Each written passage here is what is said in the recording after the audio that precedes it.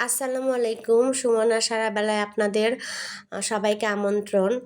আসলে পৃথিবীতে মায়ের হাতের রান্না অন্য কারো রান্নার সাথে তুলনা হয় না।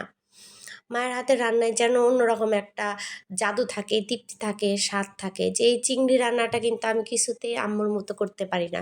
অন্য রান্না করতে পারলেও এই চিংড়ি রান্নার যে টেস্ট, যে কালার, মানে সব কিছুই কিন্তু আম্মুর মতো করতে পারি না। আসলে আল্লাহ তাআলা হচ্ছে মায়ের হাতে মনে হয় অন্যরকম একটা আ দিয়ে মায়ের হাতে অন্যরকম রহমত দিয়ে তৈরি করেন। এইজন্যই বুঝি মায়েদের হাতের রান্না এত টেস্ট হয়। আর মায়েদের হাতের রান্না খেলে এত তৃপ্তি লাগে। আপনাদের কি মনে হয় যে কথাটা আমি ঠিক বলেছি কিনা? মায়েদের হাতের রান্নার আ গুণ কিন্তু অন্যরকম। এই রান্না অন্য কারো হাতের রান্নার সাথে কিন্তু আপনি কোনোদিন কখনো মিল পাবেন না। হয়তো মাঝামাঝি একটু মিল পাওয়া যায়, কিন্তু যে টেস্ট, যে তৃপ্তি এই জিনিসটা কিন্তু কোথাও পাবেন না। একমাত্র মায়ের রান্নাতেই এই জিনিসটা পাওয়া যাবে।